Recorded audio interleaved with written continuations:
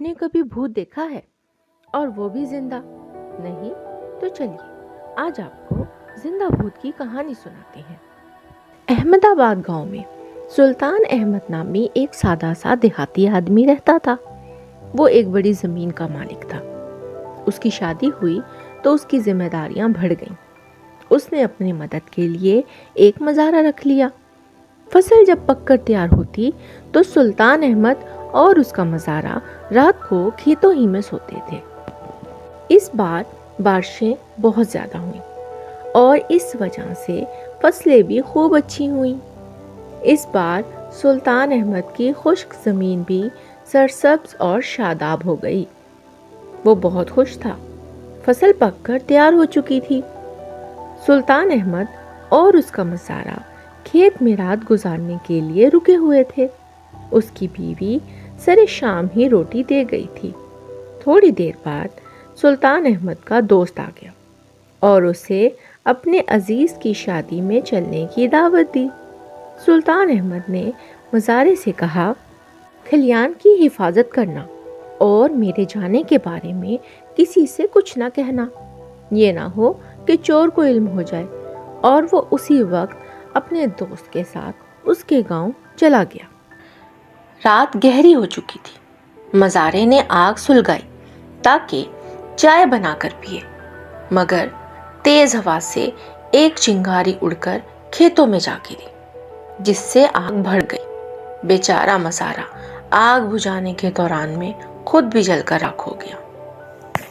अगली सुबह जब सुल्तान अहमद की बीवी खाना लेकर आई तो ये देखकर हैरान रह गई कि सारा खेत राख का ढेर हो गया है। मज़ारे की लाश देखकर वो यही समझी कि उसका शौहर भी आग में जलकर मर गया है। उसने रोना पीटना शुरू कर दिया।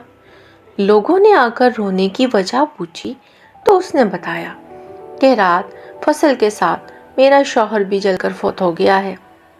लोगों ने मज़ारे की लाश को सुल्तान अहमद की लाश समझकर दफन कर दिया। चंद दिन बाद सुल्तान अहमद शादी से लौटा तो आधी रात का वक्त था। घर पहुंचा तो जैसे ही बीवी की नज़र उस पर पड़ी, वो समझी कि उसके शौहर का भूत आ गया है और वो डर के मारे चिल्लाने लगी। उसकी चीखों पुकार से घर के आसपास के लोग जमा हो गए और पूछने लगे कि क्या हुआ, क्यों चिल्ला रही हो। उसने उन्हें बताया कि मुर्दे का भूत आ गया है।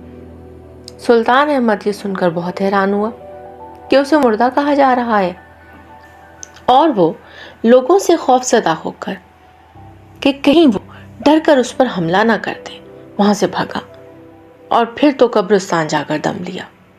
उसने सोचा रात का वक्त यहाँ गुजार लूं, सुबह के वक्त जाऊंगा ताकि दिन की रोशनी में लोग मुझे पहचान ले। सुल्तान अहमद का भूख से बुरा हाल था।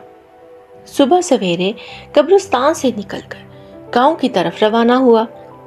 जिस वक्त वो गांव पहुंचा तो एक आदमी वहां से गुजर रहा था। सुल्तान अहमद उसके पीछे चलने लगा और कहा, भाई मैं भूखा हूँ, कुछ खाने को दे दो। उस आदमी ने जब देखा कि ये तो सुल्तान अहमद है तो वो खौफजदा होकर बेहोश हो गया। ये माजरा देखकर सुल्तान अहमद दोबारा डर के मारे भागकर कब्रिस्तान में छुप गया। इतने में लोग एक आदमी को दफनाने कब्रिस्तान आ गए। जब उसे सपुर्दे खाक कर दिया तो खैरात की खजूरें बांटने लगे।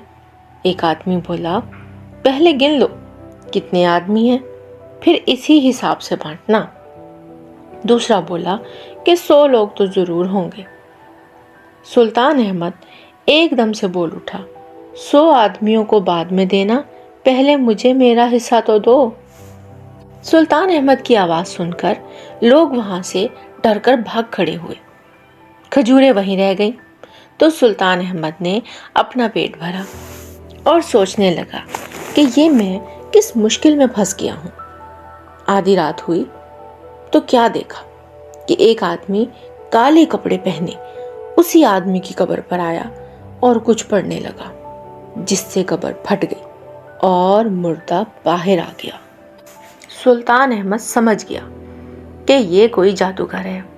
اس نے جادوگر کر جا کر برا بھلا کہنا شروع کیا کہ تم یہ سب کیوں کر رہے ہو، یہ سب غلط اور گناہ کے کام ہیں۔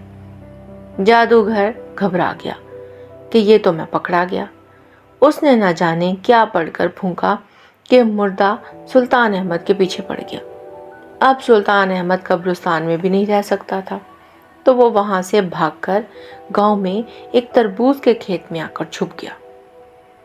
گاؤں کے لوگوں پر سلطان احمد کا خوف بری طرح طاری تھا۔ وہ سب اسے بھوت سمجھ رہے تھے۔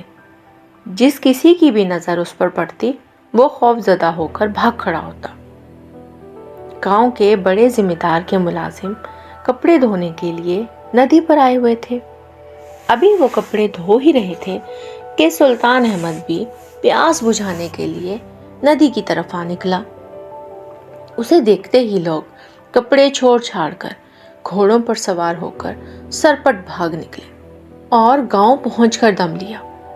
اب پورے گاؤں میں یہ بات پھیل چکی تھی کہ سلطان احمد کا بھوت جگہ جگہ گھوم رہا ہے اور لوگوں کو نقصان پہنچا رہا ہے۔ سلطان احمد نے یہ صورتحال دیکھی تو سوچا کہ اس دوست کے ساتھ شادی میں جانا اور وہ بھی گھر والوں کو بنا اطلاع کیے تو مجھے بہت مہنگا پڑ گیا۔ چنانچہ وہ دوست کے گھر کی طرف روانہ ہوا اور اسے تمام ماجرا سنایا۔ اس کا دوست اسے لے کر گھر آیا اور اس کی بیوی کو تمام حقیقت سے آگاہ کیا۔ اسے سمجھایا کہ اس رات جل کر مرنے والا سلطان احمد نہیں بلکہ اس کا مزارع تھا۔ اس کی بیوی نے سلطان احمد کو زندہ دیکھ کر شکر ادا کیا۔ سلطان احمد کو اپنی غلطی کا احساس ہو گیا کہ نہ وہ بنا بتائے گھر سے باہر جاتا اور نہ اسے یہ دن دیکھنا پڑتا۔ اس نے آئندہ ایسی حماقت کرنے سے توبہ کر لی۔ اس لیے آپ بھی جب کہیں بھی جائیں تو لازماً اپنے گھر والوں کو، اپنے فیملی ممبرز کو اطلاع دے کر جائیں۔